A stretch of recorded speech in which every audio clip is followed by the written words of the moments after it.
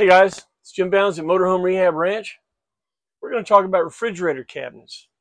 There was a thread just recently that a guy could not believe when he got that refrigerator cabinet out what it took.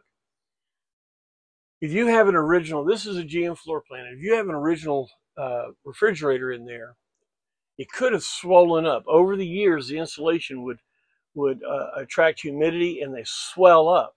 You can take all the screws out and the thing won't come out. I've seen it times. There have been times we had to collapse the refrigerator in just to get it out of the hole.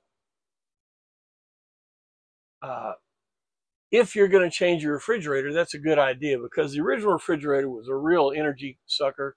It really wasn't that. To say that you have an original refrigerator is nice and cute, but to be honest with you, what's more important, is it cold and does it not take too much energy?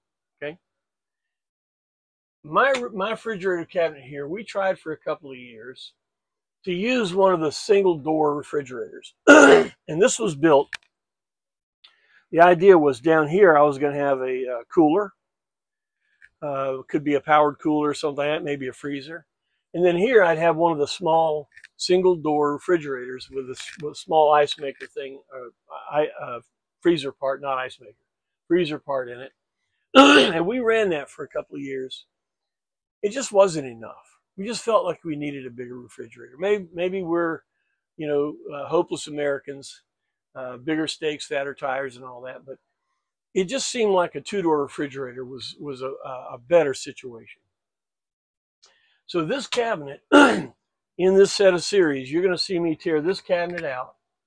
Now this cabinet was for, again, a single door, and I was hoping maybe to put the microwave up here. That wouldn't work either.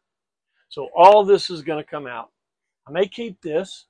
I like when you come in, I have switches right down here, and I got a place to lay things as I come in. Open the door and you can lay your keys or whatever there. That's really, really nice. Original idea here was I was going to have my system monitors and all that stuff here, and a small cabinet here, a thin cabinet for keys and things like that. We'll have to see how that goes. Could also put a remote for, a stand for my iPad. That might be a good place to put that too. This we're going to keep. We can put this on whatever we finish putting in there. And again, it's going to be for a two-door refrigerator. You may want to go with a single door. If your original cabinet, now this cabinet was a single module. It's screwed in place. There's a couple of brackets at the bottom and a couple of brackets here and in the back. This entire cabinet will come out. So you don't have to say, oh, I gotta work with that and try to fix it in place. No, no, no. You can totally take it out. And actually, with 50 years of the refrigerator defrosting onto the floor, usually the bottom cabinet doors are shot anyway. So it would, it's not a bad idea to replace this entire cabinet. And we may very well take everything out of here. But I'm going to try to save this part of it. So follow with me. If you're thinking about a refrigerator to change this cabinet, watch what we do and give me your comments as to what you think you would like to see. I thought the idea of having a separate cooler down here was a great idea, but honestly, I have to agree. Having a two-door refrigerator is a nice thing. This is not a downsized motorhome. This is not a Sprinter van that you're trying to shove everything in a small box. This is a full-size motorhome. It has a full 5-foot kitchen in it. It has a full living room. It has a 76 by 54-inch double bed in it.